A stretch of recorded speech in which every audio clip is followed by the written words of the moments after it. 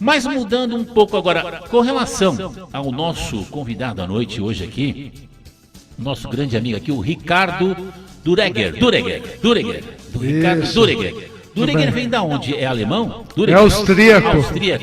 Você já tinha me falado e eu esqueci. É verdade, Mancada, hein? Tava com o Rock Cortes aquele dia, hein? Ricardo Dureger é austríaco, mas a Áustria tem uma influência alemã também, não tem? Tem uma influência no Brasil também, né? Sim, Brasil sim. E Portugal, no caso Áustria e Portugal, tem laços aí junto ao Brasil também. A minha avó, por parte de mãe, ela era austríaca. Viu só? Minha avó, acho que o nome dela era Tereza, eu não a conheci. E ela casou com o meu avô, que era Mário Cotrim. E o meu avô, o pai dele era francês e a mãe era angolana. Então, isso Aí eu nasceu retrato eu. aqui.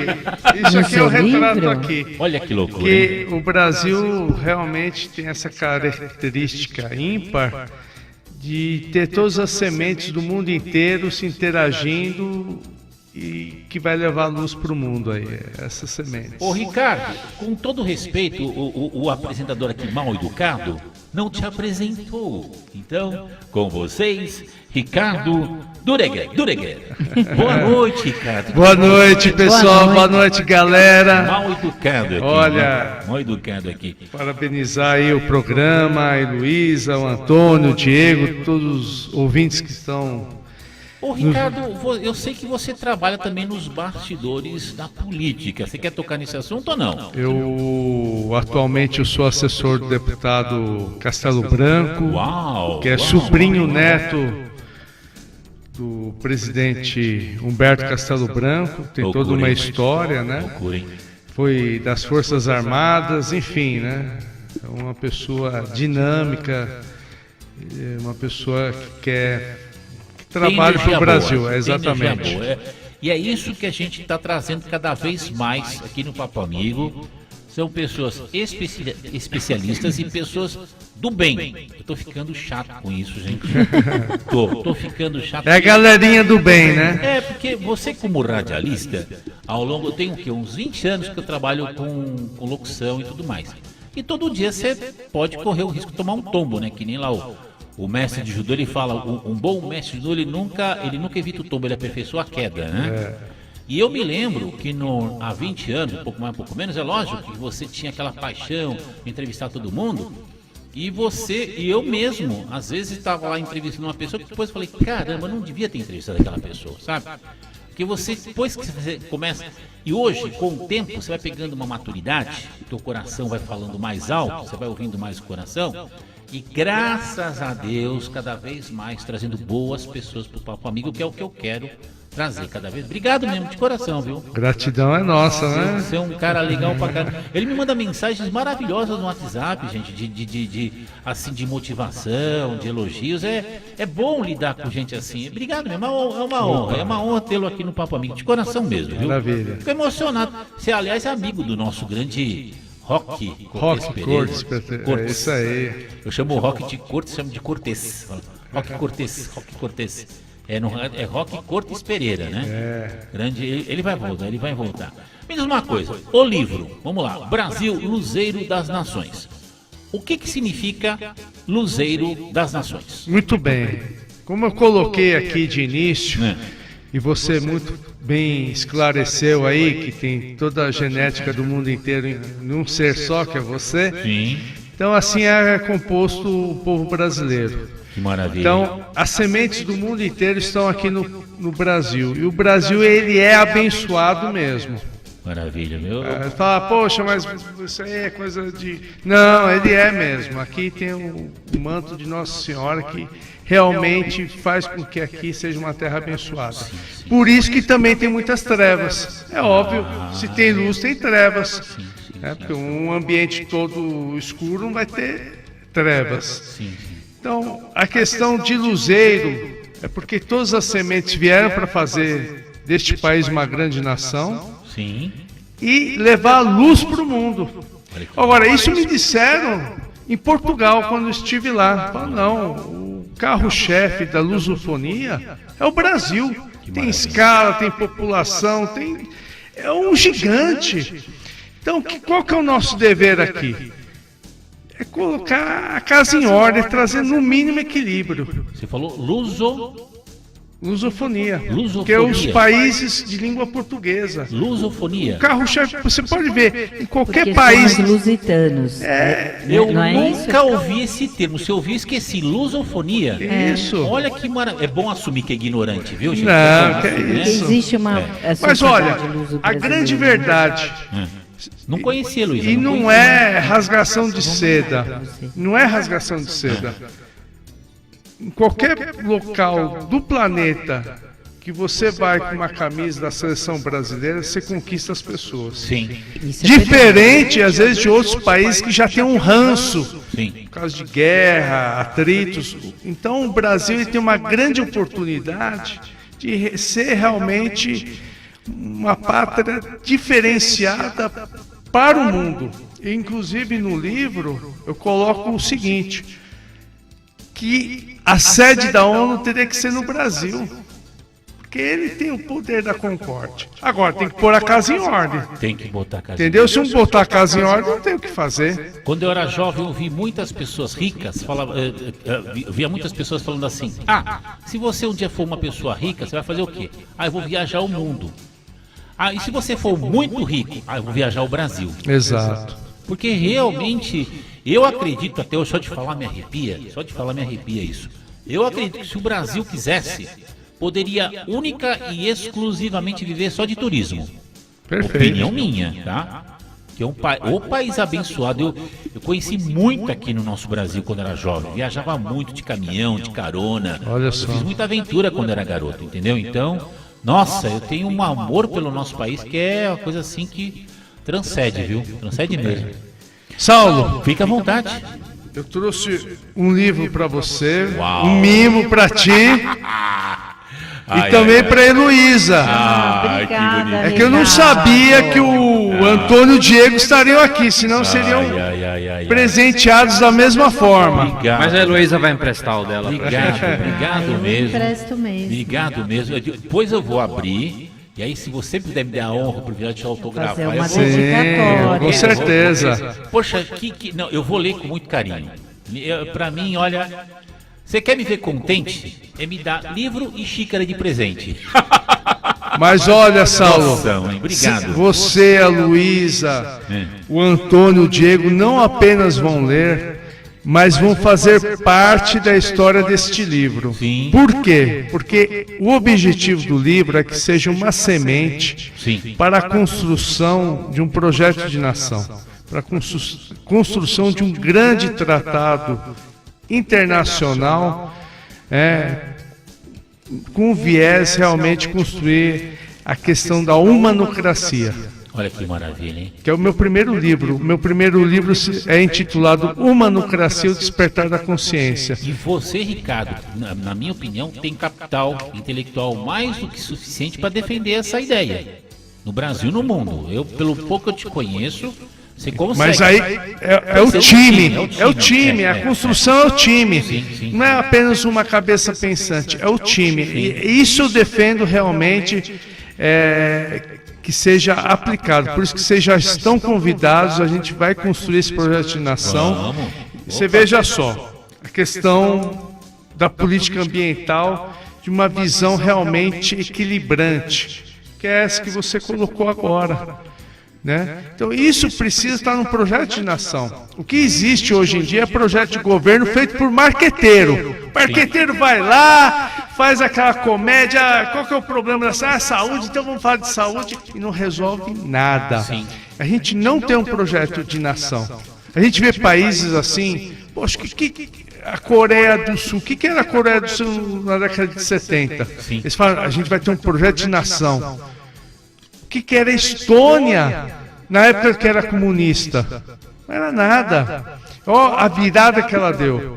Então são projetos de nações. Então a gente precisa construir o nosso também e tem que ser original brasileiro, não é para ficar copiando dos outros, muito pelo contrário, é para levar o modelo brasileiro para o mundo. Com certeza. É isso que tem que ser feito. A gente tem que parar de ter essa síndrome de vira-lata. Ah, mas não sei. A gente é capacitado e muito para fazer com que o Brasil leve luz para o mundo. É isso que o mundo está esperando. Com certeza. O livro ele tem um tripé, que é a prosperidade material, intelectual / fraternal.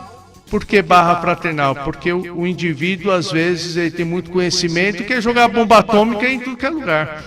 E espiritual. Se não tiver esse tripé, fica muito difícil. E o povo brasileiro tem esse tripé.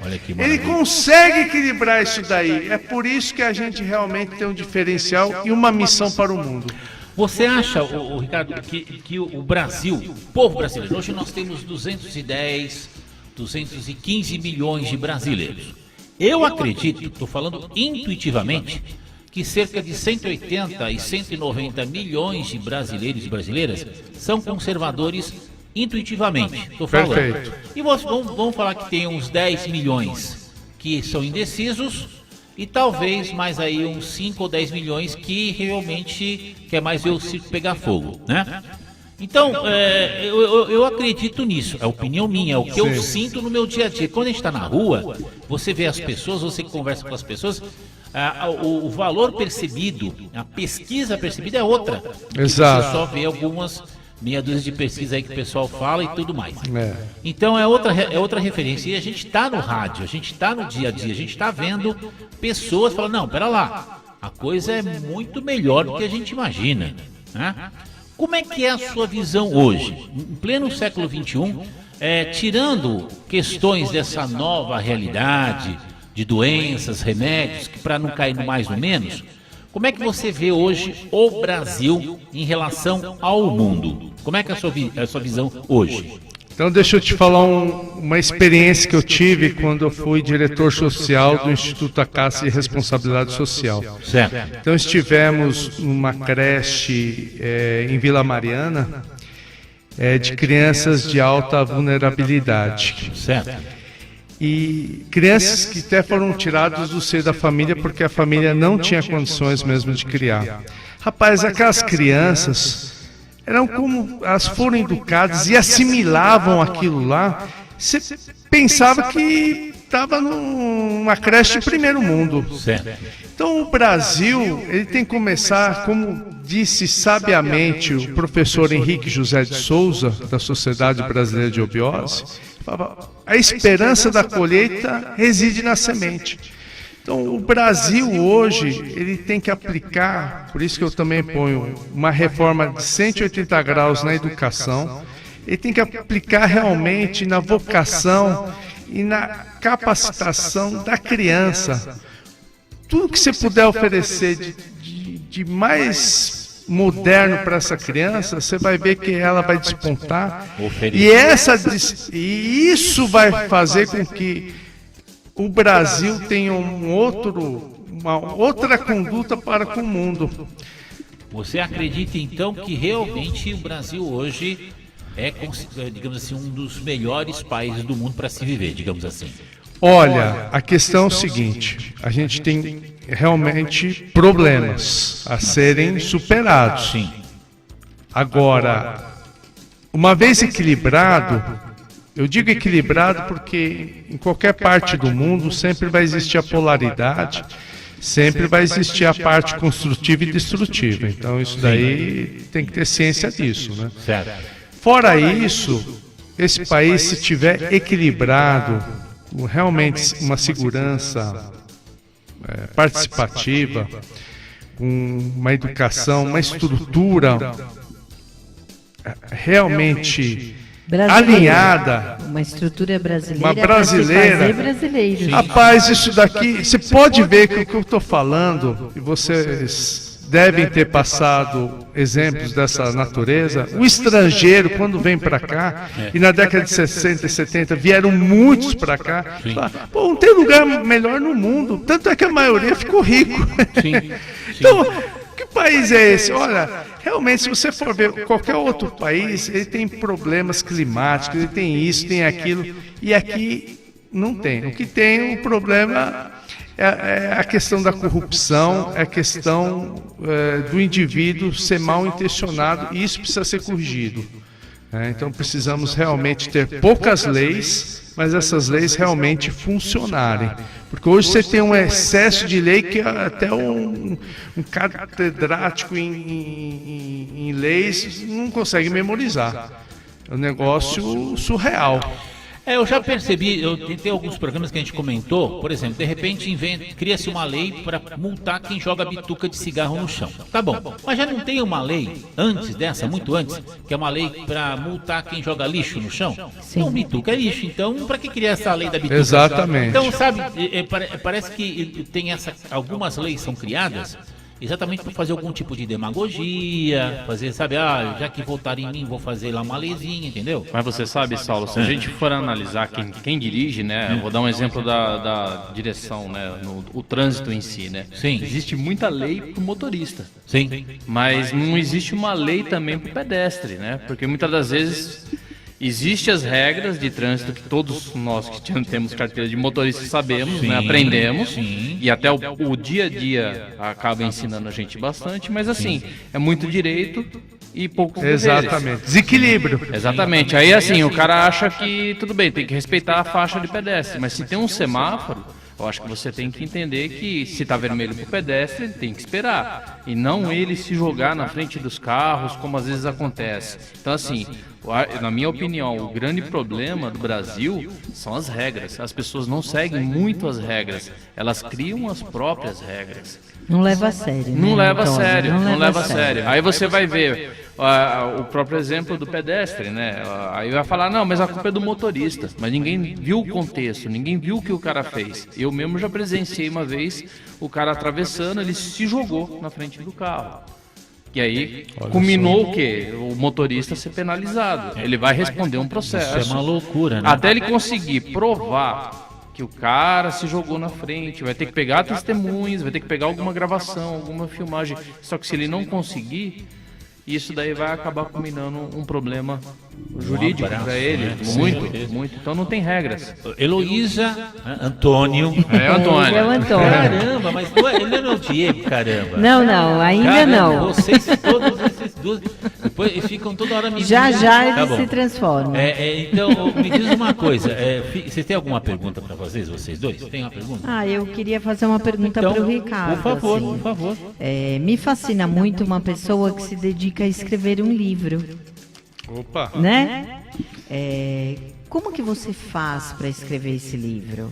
Olha, assim, isso é uma coisa que a gente vai pegando e tomando coragem também, porque a gente pensa, poxa, vou escrever um livro, será que é para mim, né? Porque você expõe as suas ideias mais do Exatamente. que publicamente, né? Então, Por desde um bom tempo, elas, né? exatamente. Fica exposta. Mas desde jovem eu gostava já de rabiscar e meditar, colocar no papel o pensamento. Então até que a gente cria coragem, vai aprendendo como fazer também. E é inspiração, sabe? É inspiração e vivência, aprendizado de vida também. Então você vai começando a fazer as conexões, mas aquilo que todo mundo acaba te ensinando, sabe?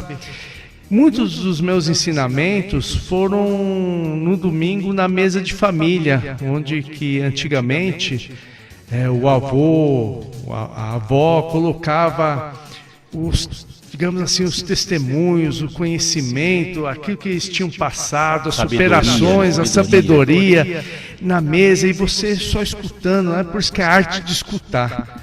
Você ir assimilando, e depois você passando aquilo também na vida. E aí eu percebi que a gente também precisa trabalhar o aperfeiçoamento individual e coletivo, né? Então isso